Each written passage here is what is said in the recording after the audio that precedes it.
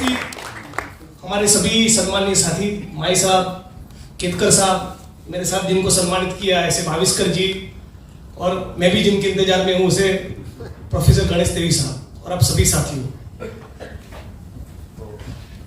गुजरात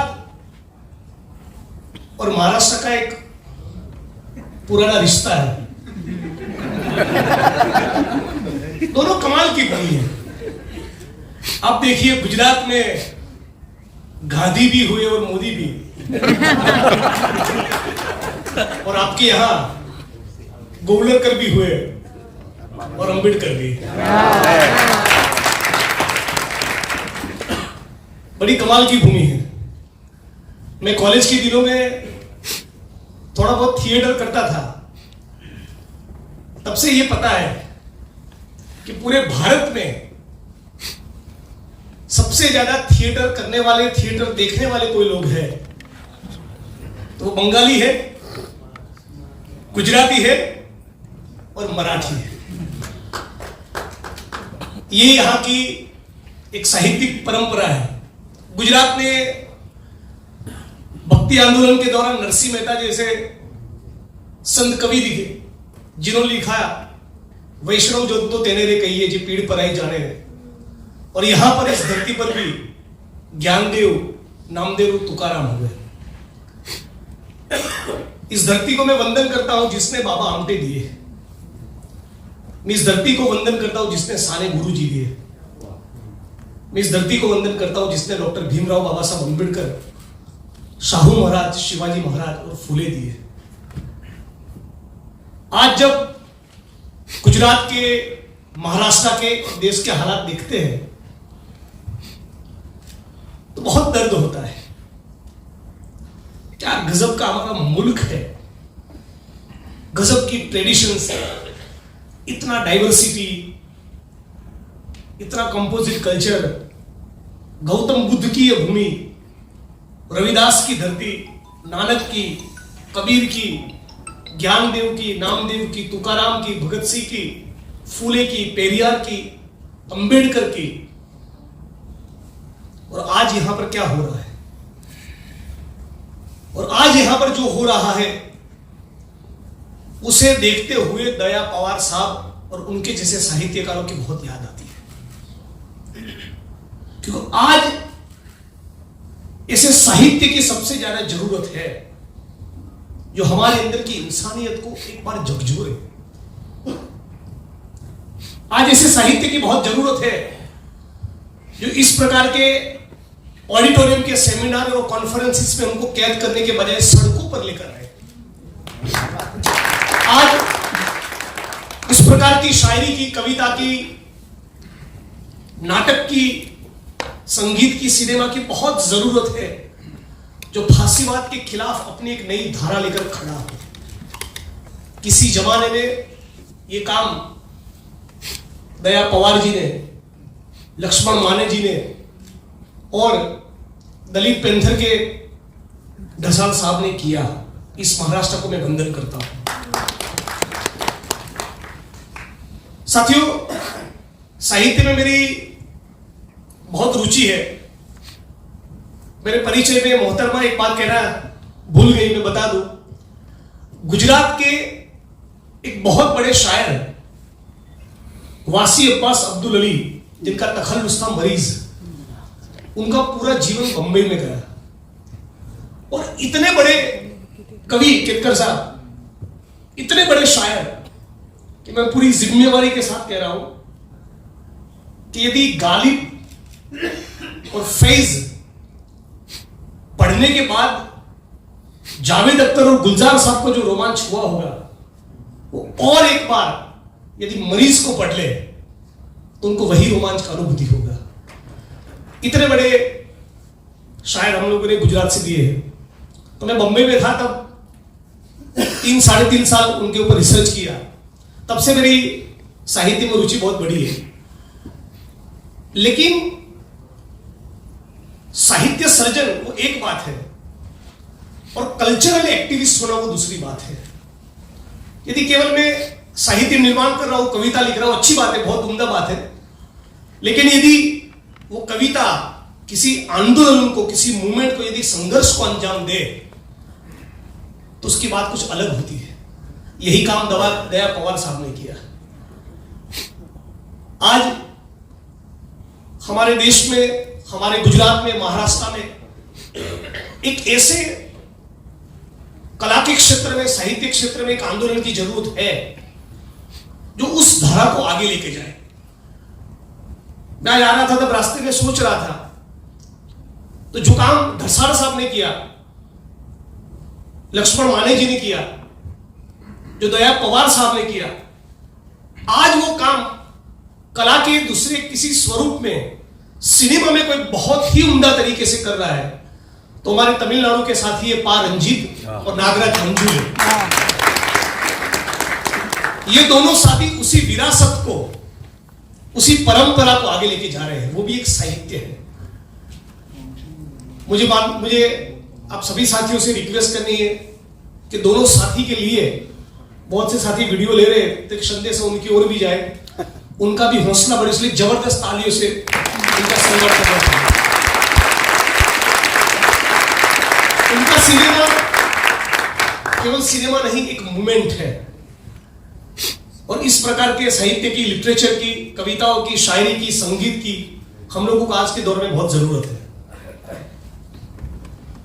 साहित्य का निर्माण बेहद जरूरी है, और यदि वो जन आंदोलन के साथ जुड़े तो लड़ने वाले जो आंदोलनकारी है उसको एक पर्सपेक्टिव मिलता है, उसके फेफड़ों में थोड़ा ऑक्सीजन ज्यादा जाता है, और भी हौसले उसके बुलंद और मजबूत होते हैं। और यदि वो लड़ाई हमारे कल्चरल जो इश्यूज है, जो सामाजिक सांस्कृतिक सवाल है, उसके साथ साथ यदि रोटी कपड़ा और मकान के सवाल के साथ भी जुड़े, यदि वो बात इकोनॉमिक इश्यूज के साथ भी जुड़े, तो मुझे लगता है वो सोने पे सुहागा होगा।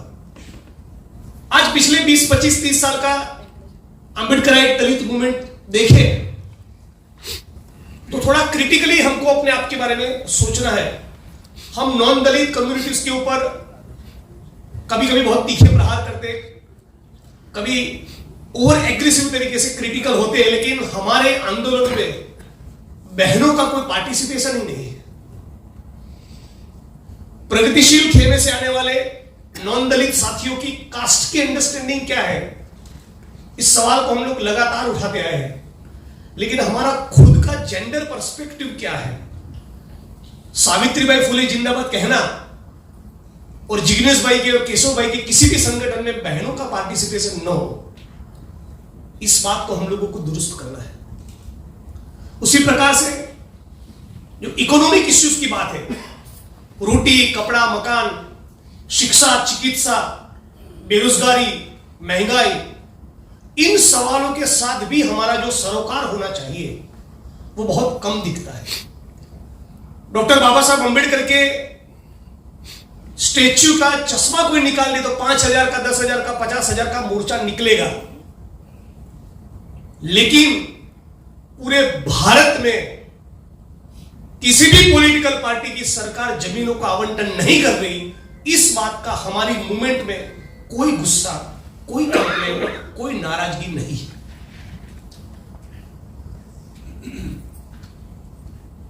कभी हम लोगों ने देखा कि एट्रोसिटीज की कोई घटना हुई तो बड़ा मोर्चा निकलेगा, निकलना ही चाहिए।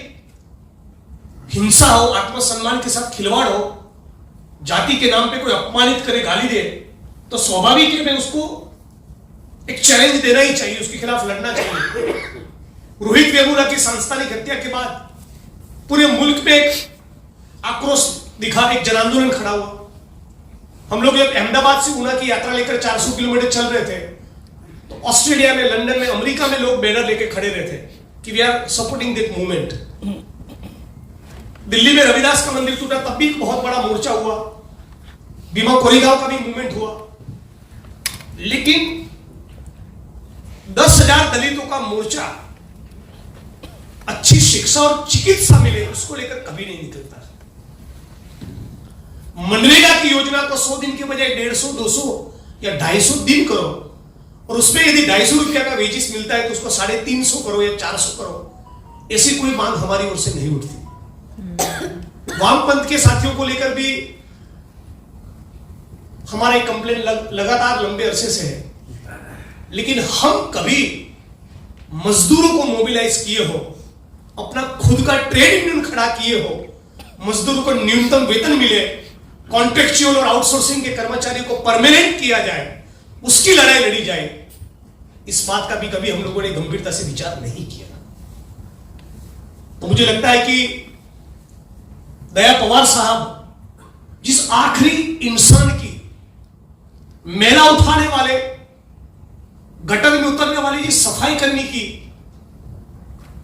वो जो चिंता करते थे, यदि वही हमारी कंसर्न है तो जय भीम और नमो बुद्धाय के नारे 14 अप्रैल और 6 दिसंबर का सेलिब्रेशन केवल यही दलित मूवमेंट नहीं हो सकता। इसके साथ साथ जो दादा साहब गायकवाड़ ने मूवमेंट किया था, उसी प्रकार से हम लोगों को दोबारा दलित, आदिवासी, ओबीसी, डीएनटी, माइनॉरिटीज, जो भी भूमिहीन लोग हैं, इन सबको साथ आकर दोबारा नए सिरे से एक लैंड स्ट्रगल, जमीन का आंदोलन लॉन्च करना चाहिए और उसमें गुजरात और महाराष्ट्र को लीड करना चाहिए। बाबा साहब अम्बेडकर ने, जैसा कि मैंने कहा, अपने आखिरी के दिनों में दादा साहब गायकवाड़ और उनके दूसरे करीबी साथियों को बुलाया और कहा कि मैं बहुत ही चिंतित हूं, दुखी हूं, गांव में बसने वाले भूमिहीन दलितों को लेकर मैं जितना करना चाहता था उतना कर नहीं पाया। आज यदि भारत में 100 दलित है तो उसमें से 65 से 70 गांव में बसते हैं, और गांव में बसने वाले जो दलित है उसका भी 65 से 70% भूमिहीन है, उसके पास 1 इंच जमीन नहीं है। और इसीलिए किसी जातिवादी सामंत के पैरों के तले उसको कुचला जाता है। जो दलित शहरों में बसते हैं, वो हमारी बहनें क्या करती है, किसी के घर पे कचरा पोता करने जाती है, आंगनवाड़ी की बहन है, आशा वर्कर है, केमिकल की फैक्ट्रियों में है, ईंटों के भट्ठों में है, कंस्ट्रक्शन की साइट में है। तो ये जो मजदूर, श्रमजीवी, मेहनतकश दलित है, उसके बारे में सोचना, उसकी कविता लिखना और उसको लेकर जन आंदोलन करना, यही दया पवार साहब को सच्ची श्रद्धांजलि हो सकती है।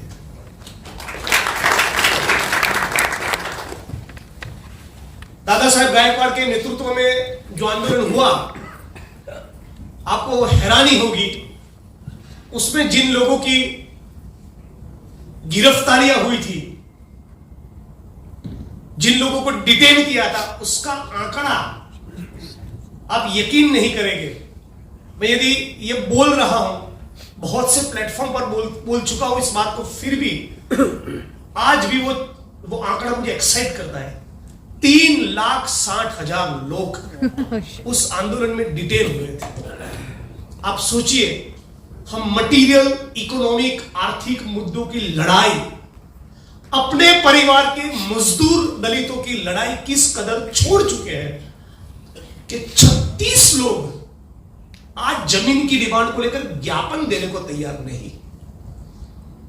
आज इस मुल्क में करीब करीब 20 करोड़ लोगों के सर के ऊपर शेल्टर नहीं। हम जिसको अपने कहते हैं, ये वही लोग हैं।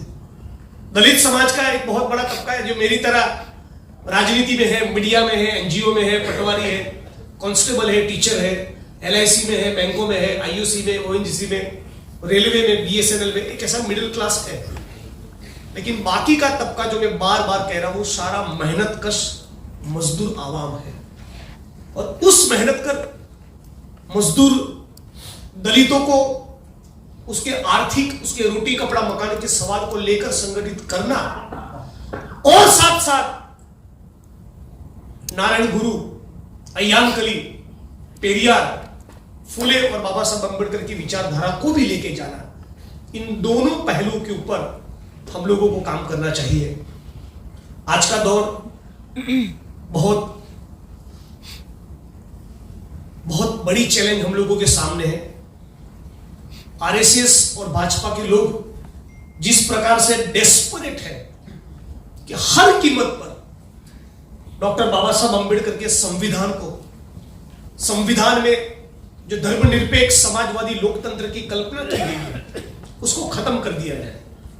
पिछले कई सालों से 90 से जो नवउदारीकरण की नीति आई और उसके कारण दो वर्ग के बीच का जो अंतर बढ़ा है, जो इनइक्वालिटी बढ़ी है, जो असमानता बढ़ी है, और उसी असमानता की परिस्थिति में कोई विद्रोह खड़ा ना हो, और इसीलिए यह फांसीवादी कौमवादी राजनीति है। इसके सामने हम तमाम लोगों को एकजुट होना पड़ेगा। इलेक्टोरली बीजेपी को कैसे डिफीट करे, मैं मानता हूं कि 2024 का चुनाव इस देश के लिए बहुत निर्णायक चुनाव साबित होने वाला है। हम तमाम लोग जो फुले में मानते, बाबा साहब अंबेडकर में मानते, भगत सिंह में मानते, कोई भी प्रगतिशील धारा में मानते, हम तमाम लोगों को मैं तो खुलकर कहता हूं कि काले चोर को वोट दो, इन संघी भाजपाइयों को नहीं। और मैं जिस पार्टी से जुड़ा हूं, मैं पब्लिकली कह रहा हूं, उससे भी आपको परहेज हो सकता है, लेकिन इतिहास के इस नाजुक पड़ाव पर हम लोग खड़े हैं। यदि इन आरएसएस और भाजपा वालों को नहीं रोक पाएंगे तो आने वाला दिन बहुत खराब होने वाला है। इसीलिए महाराष्ट्र के अंदर एक ऐसा प्लेटफॉर्म बने जो 24 से पहले, रास्ते में केशव भाई से बात हो रही थी, इस दिशा में कुछ काम शुरू भी हुआ है, इस बात को हमको बहुत ही गंभीरता से लेना पड़ेगा। पिछले 1-1.5-2 महीने के दौरान आपने जम्मू कश्मीर के गवर्नर सत्यपाल मलिक जी के कुछ इंटरव्यू देखे होंगे। आप सोचिए, वो आदमी खुलकर कह रहा है, सत्यपाल मलिक जी का यह कहना है कि मैंने इतना करीबी भाजपा को देखा है, पुलवामा के दौरान इस सरकार के चरित्र को इतना करीबी देखा है कि मुझे लगता है, उनका कहना है कि ये लोग 2024 के चुनाव के पहले किसी भाजपा के बड़े नेता की हत्या करवा सकते हैं। ये लोग 2024 के चुनाव के पहले पाकिस्तान के साथ बकायदा सेटिंग करके, खुद एलओसी का वायोलेशन करके, एलओसी क्रॉस करके युद्ध खेलने का भी प्लानिंग कर रहे हैं। इस मामले में दुबई में एक मीटिंग तक हो चुका है। तो जिस प्रकार से जीएसटी और नोटबंदी के कारण, इस सरकार की अर्थनीति के कारण 2019 के चुनाव के कुछ महीने पहले जो वातावरण तैयार हुआ था, मोदी जी चिंता में थे, उनके कैंप में थोड़ा डर था, और फिर पुलवामा होता है और पूरी एक लहर अलग किस्मों की खड़ी होती है। उसी प्रकार की कोई कम्युनल लहर खड़ा करना, यह डेफिनेटली उनका प्लानिंग हो सकता है।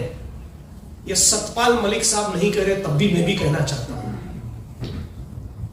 तो ये इतना भयंकर परिस्थिति का निर्माण ये लोग कर सकते हैं कि मुसलमान, आदिवासी, मजदूर या दलित अपने गांव के, अपने शहर के मोहल्ले में से वोट करने नहीं जाएगा। इस प्रकार की भी परिस्थिति का निर्माण ये लोग करना चाहते हैं। इसको देखते हुए हमारी जो तैयारी होनी चाहिए वो बहुत ही गंभीरता से इस बात को हम लोगों को लेना पड़ेगा। डॉक्टर बाबा साहब अंबेडकर का संविधान नहीं, मनुस्मृति चाहिए। ये लोग जब संविधान सभा ने एक्सेप्ट किया, उसके तीसरे या चौथे दिन 30 नवंबर को 1949 के दिन उन्होंने लिखा था।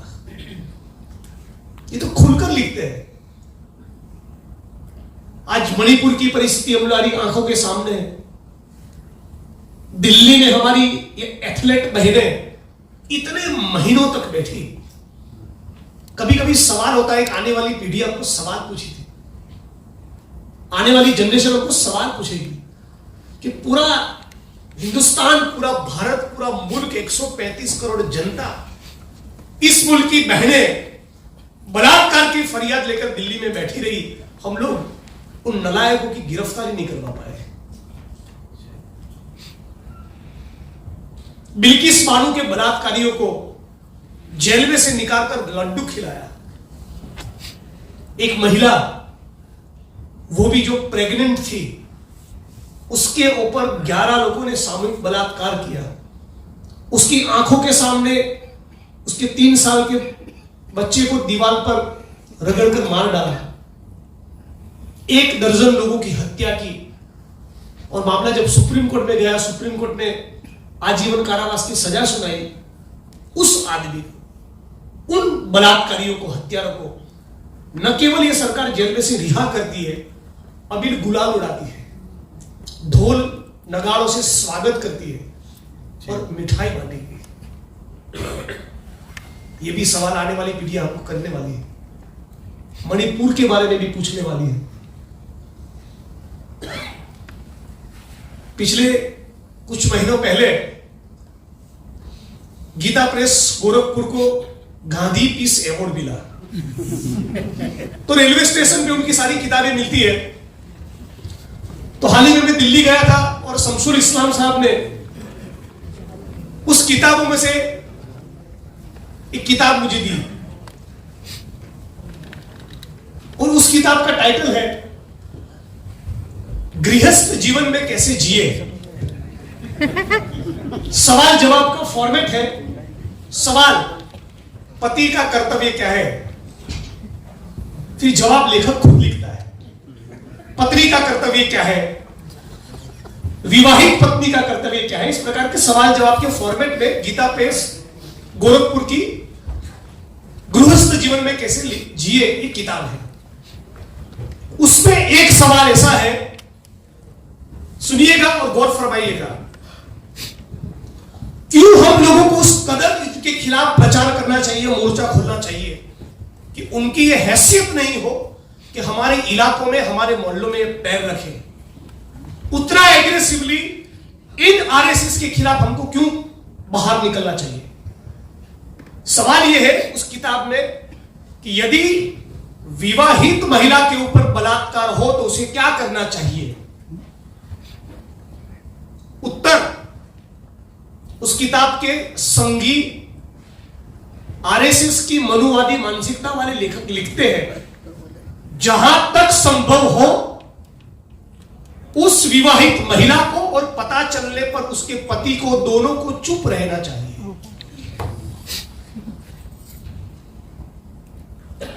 ये लोग हमारे मुल्क पे राज कर रहे हैं। क्या कमजोरी हम में रही होगी, ये लोग प्रचार करने निकल पा रहे हैं। जो लोग खुलकर बलात्कारियों के समर्थन में रैली करें, दिल्ली के धरने में बैठने वाली, बलात्कार की शिकायत को लेकर बैठने वाली बहनों को जो लोग न्याय नहीं दे रहे, जिन्होंने बिल्किस बानो के बलात्कारियों को जेल में से छोड़कर लड्डू खिलाए, जो मणिपुर के मामले में खामोश है, जो लोग ये कह रहे हैं कि विवाहित महिला पे बलात्कार हो तो चुप रहना चाहिए, ये लोग सत्ता पर काबिज है। बहुत से नौजवान साथी हैं। इतना ही कहूंगा और इन्हीं शब्दों के साथ मेरी बात यहां पूरी करूंगा। जवान होने का मतलब 28, 32, 35 साल की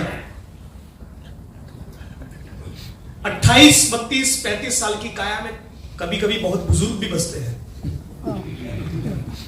और गुजरात में मैंने गांधीयन एक्टिविस्ट देखे, चुनीभाई वैद उनका नाम था। मैं उनके साथ जब पहली बार डिटेन हुआ, भावनगर जिले के महुआ तहसील में निरमा कंपनी लाइमस्टोन की फैक्ट्री बनाने के लिए किसानों की जमीन छीनने के लिए आई थी, और उसके खिलाफ जो प्रोटेस्ट हो रहा था, तब मैं उनके साथ गया था और उनके साथ डिटेन हुआ। तब उनकी एज थी 92। तो साथियों, अपनी बात को इन्हीं शब्दों के साथ विराम करता हूं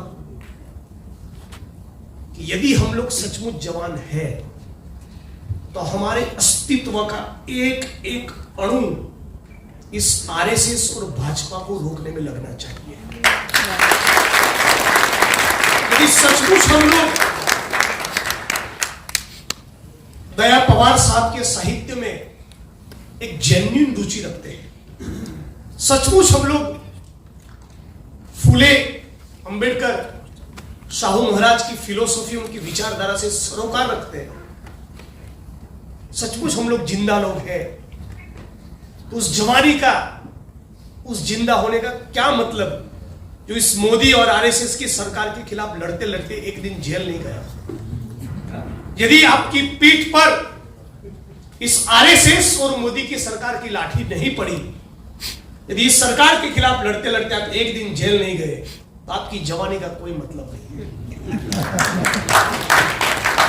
साथियों, यदि वो लोग प्रतिक्रांति करने के लिए निकले हैं, तो हम लोगों को भी सड़क पर उतर के क्रांति को अंजाम देना पड़ेगा। आइए, पूरे गुजरात का किसान और मजदूर, पूरे गुजरात का दलित, आदिवासी, ओबीसी, महाराष्ट्र का किसान और मजदूर, महाराष्ट्र का दलित, आदिवासी, ओबीसी, डीएनटी, महिलाएं, तमाम लोग पूरे भारत के साथ मिलकर एक नया इंकलाब खड़ा करें, 24 में भी उनकी घर वापसी करें, और फिर इंडिया का अलायंस सत्ता पे आए जिसमें हमारी पार्टी भी रहेगी, तो उनसे भी डिमांड की जाए कि कितनी जमीनों का आवंटन आप करोगे।